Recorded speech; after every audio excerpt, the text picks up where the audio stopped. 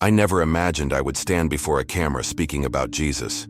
For most of my life, I was devoted to another path. My name is Arjun, and I was a Hindu monk for nearly 2 decades. My life was immersed in discipline, meditation, fasting, and worship, searching for liberation, or moksha as we called it. But something changed in 2021 that completely transformed the trajectory of my life. What I experienced wasn't just a shift in belief. It was a supernatural encounter that redefined everything I thought I knew about truth, about God, and about eternity. This is not a theory. This is my story. And if you stay with me, maybe it will change your life too. I was born in a small village in India, where faith was not just a part of life. It was life. I grew up surrounded by rituals, temple bells, incense smoke, and the deep reverence my parents showed to the deities. From an early age, I was taught that life was a journey through many births, and the ultimate goal was moksha, freedom from this cycle. I remember watching my father wake before dawn, chant the mantras with deep conviction, and guide our family in worship. That became my foundation. I didn't question it. I embraced it. I believed it was the truth. As I grew older, that devotion only deepened.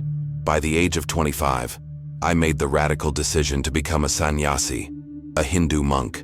I renounced everything: family, possessions, dreams of career or marriage, all to pursue spiritual enlightenment. I truly believed I was walking the highest path a man could walk. People revered me.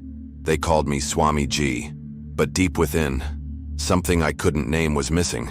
I buried it under rituals. I thought more discipline would fix the void, but it never left. My life as a monk in America began in Bloomington, Indiana. I was sent there to guide the Indian diaspora, to help them preserve our traditions. I led an ashram with 10 disciples. Every morning at 4 a.m. we would begin the day with puja, lighting lamps, chanting the 1,000 names of Vishnu. The scent of sandalwood filled the air. My disciples looked to me for truth, and I gave them everything I had. I taught meditation, fasting, yoga, Vedic philosophy. We fasted on sacred days. We sought purity through denial. On the outside, it looked holy, but on the inside, I was becoming numb. My prayers became mechanical. My meditations turned into routine. Even as I taught about liberation, I silently wondered if I would ever find it. The peace I promised others never really reached me. I remember one night after a fast, I was lying on my mat, my body weak, and I whispered, "Vishnu, are you even real?" It terrified me to say it, but the question had already taken root, and it would not let me go. Ravi was the disciple who cracked my certainty. He was 22, born in Indiana, but raised in a Hindu home. Curious, thoughtful. One afternoon after yoga, we sat in the garden. He asked me about Jesus. "My friend Jane says he died and rose again. Is that true?" I gave him the usual answer. Every religion has stories. We follow Vishnu. That is our path. But I saw something in his eyes. Longing, curiosity, hunger. His question haunted me. That night I sat in silence, thinking about that man called Jesus. Not as another god among many, but as someone people claimed rose from the dead. That was different. That was bold. That was disturbing. If it was true, what did that mean for me? What if I had spent my entire life chasing shadows? I pushed the thought away, but it returned stronger the next day. Ravi kept asking more questions, and I had fewer answers. I started to feel like a fraud, and a part of me knew the truth was closing in. The breaking point came during a 7-day meditation retreat. We had been fasting, barely eating, seeking visions, divine encounters. My body was weak, my voice hoarse from chanting. I was desperate to see Vishnu, to feel something holy, but there was only silence. On the 7th day, something snapped. I collapsed during meditation. My disciples panicked. They called 911. I lost consciousness. What happened next cannot be explained by logic. I found myself standing on the banks of a polluted Ganges river. The water was dark. Souls around me were crying in torment, reincarnating into suffering again and again. I saw myself reborn over and over, always seeking, never finding. The horror hit me. My devotion, my sacrifices, they had not freed me. They had chained me to an illusion. I fell to my knees screaming, "Why, Vishnu? I gave you everything." But there was no answer, just endless pain, until a light appeared in the distance. That light grew until it split the darkness. It was gentle, but powerful, pure. As it came closer, the polluted water became clear. The cries faded. The air smelled like jasmine. And then I saw him. A man walking across the river, his feet touching the water but not sinking. He was glowing. His presence was unlike anything I had felt. I thought, is this Krishna? But then I saw the scars, his hands, his side, and I knew this was Jesus. I fell to my face. I trembled. I didn't believe in him. I wasn't supposed to see him, but there he was. He said, I am the eternal one you've been seeking. I am the way, the truth, and the life. His words didn't just reach my ears, they penetrated my soul. He showed me a heavenly place, a realm of peace, beauty, worship. I saw people full of joy, praising God. Jesus looked at me and said, this is the true afterlife, not endless rebirth. One life, followed by eternity, with me or without me. I broke. I wept. I believed. When I woke up, I was in a hospital. Machines beeped. Ravi was by my bed praying. I whispered, Jesus saved me. He looked stunned. I told him everything. The polluted river, the vision, the truth about the cycle. He didn't know what to say. My disciples were confused, some angry, some curious. The ashram changed. Tension rose. I started reading the Bible in secret. I attended a church in Bloomington, my saffron robes hidden under a coat. The pastor spoke about grace, not earned, but given. I wept through the songs. For the first time, I felt peace, real peace. Not the kind you fake through fasting, but peace that fills your chest. I knew I couldn't stay silent.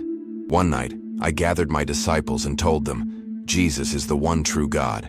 There is no samsara, just truth, and he is it. Some walked out, some stayed. Ravi stayed. He said, I want to know more. That moment changed everything. The garden became our sanctuary. Ravi and I would sit beneath the swaying tulsi plants, and I'd share everything I was learning about Jesus, his life, his miracles, his death and resurrection. I read to him from the book of John. I explained how grace wasn't something to earn. It was a gift. Ravi listened with the same intensity he once reserved for the Bhagavad Gita. I could see the battle in his eyes, between tradition and truth, but he kept coming back, hungry for more. One night he asked me, can you teach me to pray to Jesus? My heart was full. We bowed our heads and I prayed, Jesus, touch Ravi's heart. Show him your love, your peace. Thank you for saving me. When we lifted our heads, he smiled and said, I feel something. I feel lighter. That moment reminded me, this wasn't just about me. This was about many more souls trapped in a cycle that wasn't even real. Jesus had freed me. Now I had to help others find that same freedom. But freedom comes with a price. Word spread through the Indian community. Swami Ji has lost his way, they said. I became the subject of whispers in grocery stores, at cultural events outside the temple. He's been brainwashed. He's dishonoring our ancestors. I began to walk alone. Former disciples turned their backs. Priya, once one of my most faithful students, accused me of betrayal. Others left silently. The ashram, once filled with morning chants and incense, grew quiet. Some rooms were empty. I cried often. I lay awake at night asking Jesus, did I do the right thing? And every time I felt his presence like a whisper, I am with you. I clung to that promise. I knew I was walking truth, but truth rarely comes without cost. Rejection, loneliness, doubt, but also peace. And peace was my compass. When you truly meet Jesus, you can't go back, even if it means losing everything. I began meeting with Pastor John at a small cafe in Bloomington. Over coffee, we talked about my experience, my new faith, and how to share it. He was kind, never forceful, just present. He gave me books, simple introductions to Christianity. I read them like a starving man. I devoured the gospel. The words of Jesus healed parts of me I didn't know were broken. I began to understand grace, not as theory, but reality. I saw the contrast with my old life. Back then, everything was earned. Every step toward moksha demanded sacrifice. Here, Jesus said, "Come to me, all you who are weary, and I will give you rest." I didn't have to prove anything. I was already loved, already accepted. Pastor John told me, "Arjun, your story can help others. You've seen both worlds." That stirred something in me. Maybe my past wasn't wasted. Maybe it was preparation. Maybe Jesus had been pursuing me all along, even in saffron robes. I started to feel a fire rise in me, a call to speak. I knew there were others like me, trapped in cycles of works, unsure of peace, afraid to question. I remembered how I used to suppress my doubts, how I feared even thinking about Jesus. But what if someone had reached out to me earlier? What if someone had shared the truth before I collapsed? That thought pushed me. I began writing my testimony. I filmed videos, quietly at first. I started talking to seekers, especially young Indians struggling to reconcile their heritage with spiritual hunger. Many wrote to me. Some were angry, some curious, some desperate. I told them the truth. Jesus isn't a foreign god. He is the creator of all. He doesn't erase your identity. He fulfills it. I stopped hiding. I removed the coat. I walked into church in my robes, not to blend in, but to stand out, for the sake of others watching silently from the shadows. It wasn't about me anymore. The more I followed Jesus, the more I saw my old teachings in a new light. Not as enemies, but as echoes. I saw how my longing for moksha was really a longing for him. How the chants, the discipline, the hunger, all pointed to a need only he could satisfy. I began to see that my journey wasn't a mistake. It was a divine setup, a pathway through which Jesus met me. My eyes were opened, and I realized there are millions of people just like I was, sincere, devoted, but deceived. My heart broke for them, not with judgment, but with compassion. I remembered the faces of my disciples, the tears in Ravi's eyes, the anger in Priya's voice. They weren't rejecting me. They were afraid of letting go, afraid of being wrong. I understood. I had been there. So I kept praying, "Jesus, send me to them. Use me. Let me be light in their darkness." And he did. Doors began to open. Invitations came, from churches, podcasts, even Hindu background believers. My story was spreading, not because I was special, but because Jesus is. I was still learning, still growing, but my heart was alive. The peace I had longed for in 1,000 meditations now lived inside me. I spoke boldly, not with arrogance, but with confidence, the kind that comes from knowing the truth. I preached at a small church one Sunday. I shared my full testimony, everything, the monk robes, the ashram, the vision, the encounter. The room was silent. Then a man in the back stood up and wept. He said, "I've been Hindu my whole life, but tonight I met Jesus." That moment broke me. I realized this was just the beginning. Jesus didn't just save me for me, he saved me for others. Every rejection, every tear, every lonely night, it was worth it for one soul to find him. Now when I look back, I don't see a life wasted. I see a path God used, a crooked road made straight by grace. I still face backlash. Some relatives won't speak to me. Some former friends avoid me. But I'm not shaken, because I know whom I've believed. I've seen him. I've heard his voice. I've felt his touch. And nothing, no temple, no ritual, no mantra, can compare. Jesus is not an option. He's not one of many. He is the one, the only one. And when you meet him, you'll never be the same. That's why I'm here. That's why I share. Not to win arguments, not to debate religion, but to offer what I found. Truth, freedom, peace. You don't have to keep searching. You don't have to stay bound. The cycle is a lie. Jesus is the truth. Come to him, surrender. He's waiting, and he is enough. If you've stayed with me until now, thank you. You've walked with me through a journey of devotion, doubt, pain, and ultimately, truth. I didn't expect to meet Jesus. I wasn't looking for him, but he came for me. And I know he's coming for you too. You may be questioning everything right now. You may feel torn between what you've always known and what your heart is starting to recognize as real. I want to tell you from experience, there's nothing more real than the love and grace of Jesus Christ. He found me when I was lost in devotion, that brought no peace. He lifted me from the illusion of endless cycles and gave me life, eternal and free. And He wants to do the same for you. So here's my invitation. Don't wait for a collapse to ask the hard questions. Don't wait for silence to force you into seeking. You've heard the truth. Now respond. If something stirred in your heart today, don't ignore it. Jesus is calling you. Right now, wherever you are, say yes. Open your heart. Pray to Him. Ask Him to reveal Himself.